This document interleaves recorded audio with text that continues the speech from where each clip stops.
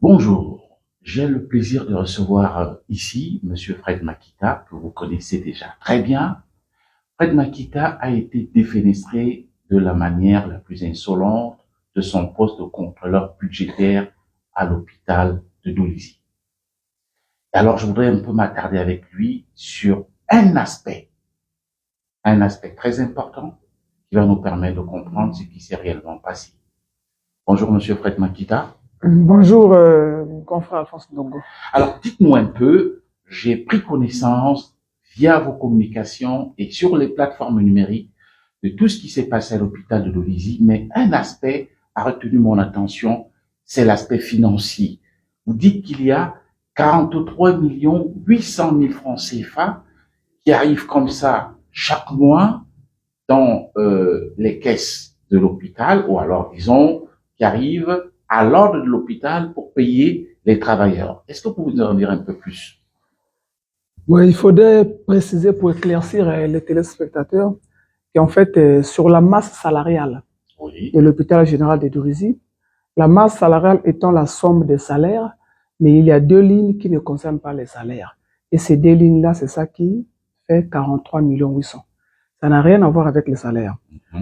Les 43 800 000, ce n'est pas dans le budget en fait. Dans la masse salariale, il y a donc deux lignes qui arrivent à chaque fois qu'il y a les salaires. Et ces deux lignes-là est à la portée du DG et de ses complices. Alors, c'est un sujet ce que vous dites est quand même assez grave. Ça veut dire que chaque mois, 43 800 000 francs CFA arrivent comme ça et les gens se les partagent. En tout cas, chaque mois, sur la masse salariale de l'hôpital général de Dolisie, il y a un surplus de 43 800 000 qui arrive et que les gens se les partagent. Et en dehors de ces surplus de 43 800 000, il y a aussi les agents fictifs. Les agents fictifs. C'est même ça qui a... Vous évaluez à peu près à combien de personnes? Bon, la difficulté est que, vous savez, j'ai été installé le 7 juin comme délégué au contrôle budgétaire de l'hôpital général de Dolisie. Donc, mon rôle était de contrôler les dépenses, valider et tout autre. Lorsque le DG me présente l'engagement de salaire du mois de juin, que je devais viser, et pour viser, je constate que je vais engager ma signature sur les effectifs et le montant. 494 agents. Moi, je demande au DG qu'on puisse faire un contrôle physique de tous les agents afin que je sois d'accord qu'il y a 494 agents. Je suis de Dolisie. Je sais qu'il y a l'effectif. Le nombre exact, peut-être pas, mais nous avons des amis, des frères qui travaillent là-bas, des cousins qui te disent, lorsque nous partons pour toucher nos salaires, nous rencontrons parfois des visages qu'on n'a jamais vus à l'hôpital, mais qui viennent percevoir le salaire avec nous. Et ça suffit pour que je sois sûr qu'il y a des effectifs. Mais pour avoir le nombre exact, j'ai demandé le contrôle physique. Et le DG n'a jamais accepté, ni les DRH. Concernant les 43 800 000 francs CFA, est-ce que vous avez des preuves? Parce que ce que vous dites est quand même gravissime. Est-ce que vous avez des preuves lors de votre passage? Vous avez pu avoir des preuves qui nous permettent un peu de confirmer cette information? Bien sûr que j'ai les preuves. Parce que quand même, quand on me présente l'engagement de salaire pour viser, je vais avec dans mon bureau, n'est-ce pas? Nous sommes à l'ère du numérique. Je prends le temps de filmer. Et on se retrouve en réunion de staff avec tout le monde pour débattre de cela. Le DG a reconnu à cette réunion qu'il gérait ces 43 800 000 peut-être d'une manière, on peut dire opaque, mais que dorénavant, si Fred peut viser, nous allons gérer ça ensemble. Ça veut dire que ça va, oui, devant le DRH, le directeur économique et finance, et posant des comités de direction, la comptable. Et moi, nous étions en restreint dans le bureau du DG. Il a dit que Fred, s'il vise, dorénavant, c'est à nous de gérer ça. Donc, ça va nous revenir. Et je lui ai dit que je ne pouvais pas viser. Et il faut noter que tous les autres m'ont rejoint. Le DRH, DEF, sur tout le point du collier, il a dit, on enlève ça. C'est un détournement.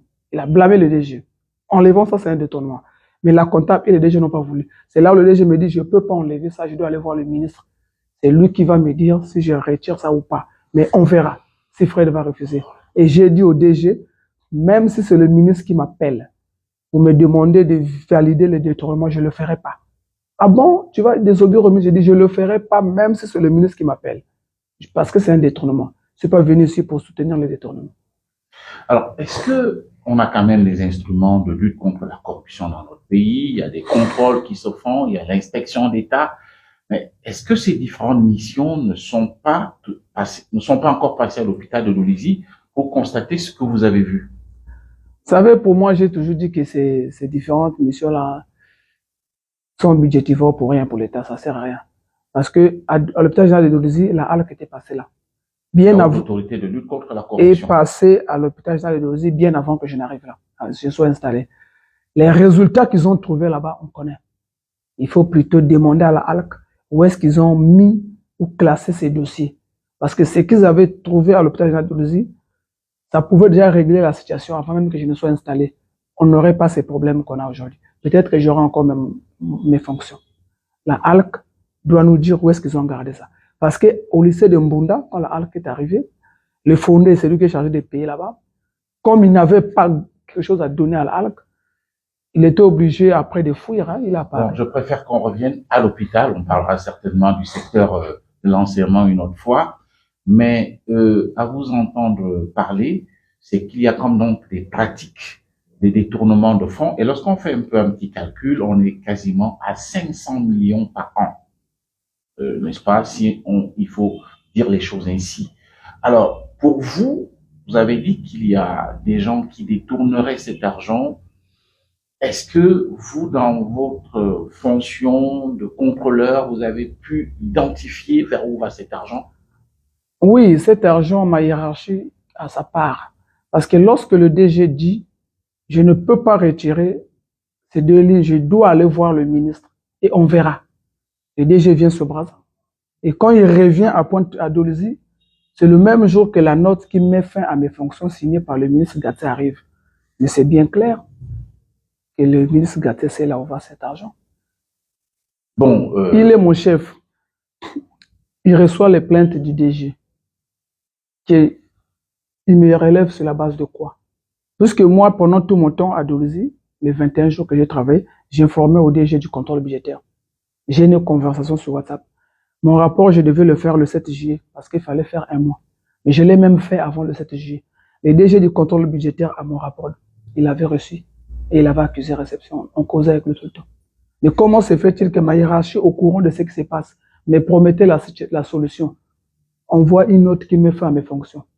Il m'accuse quoi? Si ce n'est de refuser est-ce que vous n'êtes pas allé au-delà de vos prérogatives aussi? Peut-être que c'est ça aussi qu'on peut vous accuser, non? Mais si c'est le cas, ma hiérarchie devait quand même me recevoir, non? Pour me rappeler peut-être si j'ai fauté. Parce que je ne suis pas saint. Mais je peux vous dire que j'étais dans mes prérogatives. Parce que mes prérogatives, je les connais.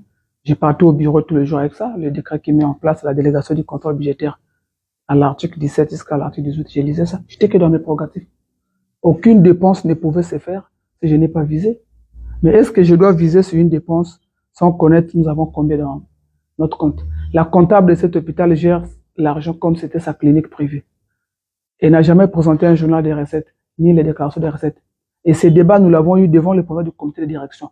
La comptable a dit, devant le président du comité de direction, Jean-Jacques Moka, le docteur, qu'il ne va pas me présenter la situation financière de cet hôpital. Et même le DG lui a dit, mais sois transparente, présente à Makita ce qu'il veut. Elle a dit jamais. On s'était même fait des échanges de paroles. Elle m'avait aussi dit, on verra.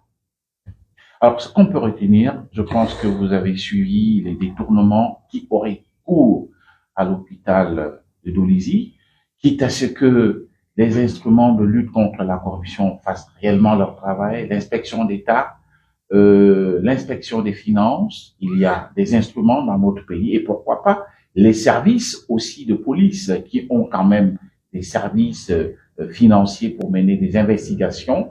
Ce que dit Fred Makita fait froid dans le dos. Je l'ai reçu ici pour qu'il nous donne sa part de vérité, c'est ce qu'il a fait. Si le directeur général ou les autres personnes, la comptable, ont des répliques à porter, eh ben, je serai tout heureux de les recevoir et pourquoi pas. Est-ce que vous êtes prêts à ce qu'il y ait une confrontation d'une émission entre le directeur général et vous, Madame la comptable? Je suis très disponible, surtout que la comptable vit à Brazza sur les frais d'émission de l'hôpital général et que moi je suis à Brazza et je suis très disponible. C'est une piste que nous suivons la situation. C'est quand même gravissime au moment où le pays connaît un assèchement financier. S'il y a 43 800 000 qui seraient détournés comme ça chaque mois, eh ben, je pense qu'il y a quand même de l'ordre à remettre dans la gestion de l'hôpital de l'Olivier, mais aussi dans la gestion de tous les hôpitaux. Fred Makita, merci et à la très prochaine occasion. C'est moi qui vous remercie.